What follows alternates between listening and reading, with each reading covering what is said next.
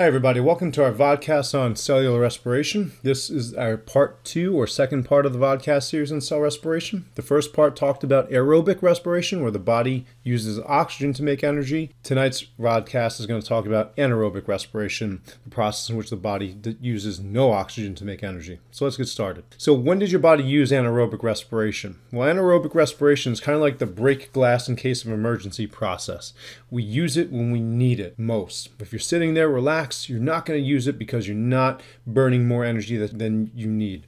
So what will end up happening is when you put your body in oxygen debt, which means you use more oxygen than you're actually breathing in, that's when your body flips the switch and kicks on over to anaerobic respiration. So when does that happen? Well, if you take a look at these two sets of athletes up here, usually what's going to happen is your body will switch into it when you put your muscles under high stress or strain. Now, when you do high explosive intense activities like sprinting or doing CrossFit stuff, then you're going to burn more oxygen than you're actually replenishing because you're constantly moving at a fast rate. So if you've ever sprinted before, you know how it feels. As you're running and running and running, your breathing picks up and it gets fast because you're using too much oxygen, and then your legs start to burn. In a CrossFit exercise or a CrossFit workout or competition, these athletes are constantly doing high volumes and high reps of different types of exercises where they could be heavy weights or they're more cardio based, but they don't have time in between to catch their breath, relax. They have to finish their set and keep going until the competition's over. These two sets of athletes are constantly moving, burning up more oxygen than they can actually get back into their bodies. So their bodies go into anaerobic respiration. So what happens during the process? Well, first of all, in anaerobic respiration, we'll also call it fermentation. So whenever you hear fermentation, it's the same thing. The first process we're going to talk about is lactic acid fermentation. And this is the process that you're familiar with because our bodies do this. And this is what happens in lactic acid fermentation. First of all, our only reactant is glucose. Remember, it's anaerobic, there's no oxygen, so we're not going to use oxygen as a reactant in anaerobic respiration. And you'll notice that our products are different. We make lactic acid and only 2 ATP, and here's why. Here's our process of cell or aerobic respiration. So remember, when we make carbon dioxide and water in cell respiration, that carbon dioxide is produced at this point here, after pyruvic acid is converted into acetyl-CoA. And then the rest of our carbon dioxide is produced here in Krebs cycle. And then the water that we breathe out is produced out in the electron transport chain, where the oxygen that we don't use in anaerobic respiration would normally bond with hydrogens to make the water. So in anaerobic respiration, we have no oxygen, so we can't make that water. But if you take a look at our reaction here, you'll notice that it's the same as glycolysis. So anaerobic respiration occurs out in the cytoplasm because it's glycolysis. There's just a little bit of difference here. We take our glucose, we split it. We split it into pyruvic acid, and just like in aerobic respiration, we make 2 ATP. And when this gets split, our electron carrier NAD plus picks up a hydrogen and becomes NAD.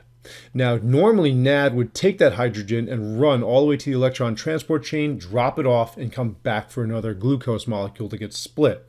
Well, we don't have that time, and we're not getting enough oxygen in to make this process go fast enough. So the problem here is NAD's jammed up. He's got nowhere to drop off this hydrogen molecule, so he can't empty it out and then come back and grab another one and cycle back and forth to create more ATP. So over the course of evolution, our bodies have developed a method that involves a molecule called lactate.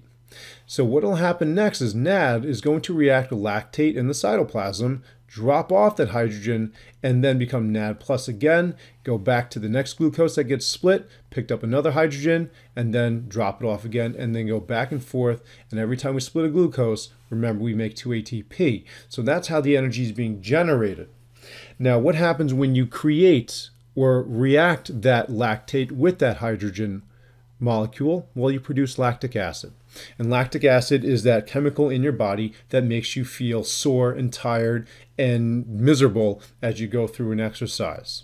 So let's take a look at the effects of lactic acid on performance. Now, here's a data table of a lab that I did with a class. And what we had to do is we recorded the number of push-ups per trial. They had to do 10 trials of push-ups and do as many push-ups as they can in 20 seconds per trial. Now, if we take a look at the data here, you'll notice that we started out great in the first trial. Everyone was well rested, everyone had enough ATP, weren't burning up a lot of oxygen, and the class averaged almost 10 push-ups in 20 seconds.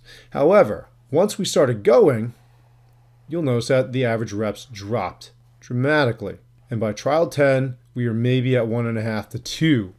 And this happens because their bodies and their muscle cells in their bodies were in oxygen debt. Because what happened was, after they finished 20 seconds, they recorded it and went right back into the next trial and went right back into the next trial. There was no recovery time. So their muscles could not get enough oxygen. And since they couldn't get enough oxygen, they weren't making 38 ATP anymore. They were only making 2 at a time. And if you're only making 2 ATP at a time, then you're not going to have a lot of energy. If you don't have a lot of energy, you're not going to do a lot of exercises or push-ups.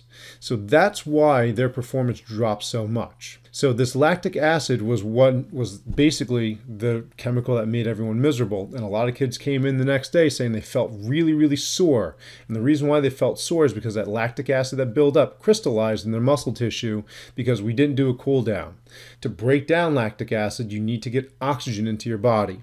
So if you ever hear an interview with an athlete after a track race or a basketball game, you'll notice that their breathing is heavy because they're producing lactic acid, so their bodies are making them breathe oxygen fast, so they get enough oxygen in, get out of oxygen debt, break down that lactic acid. If you do a cool down run or something, then that elevated heart rate will flush all that lactic acid out of your muscles and makes you a lot less sore and less prone to injury moving on forward.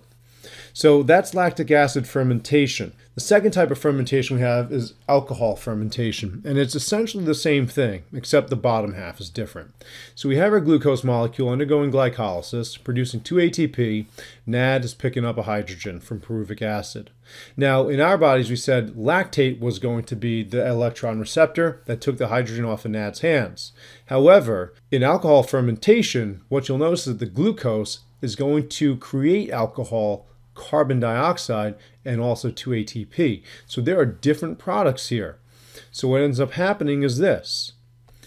We take ethyl alcohol, which is the same alcohol that's consumed by people in beer, wine, and stuff like that, and NADH is going to drop off their hydrogen. And as it drops off their hydrogen, they become NAD+, and then cycle back again for glycolysis, where another glucose gets split, and then 2 ATP are generated. Now, the waste products that are made is the ethyl alcohol that we talked about and carbon dioxide. If you ever smell raw dough, you'll notice that it has a faint alcohol smell. And the reason why is because yeast undergo this process of alcohol fermentation. So actually inside the bread, the yeast is producing alcohol, and what's causing the dough to rise is a carbon dioxide production.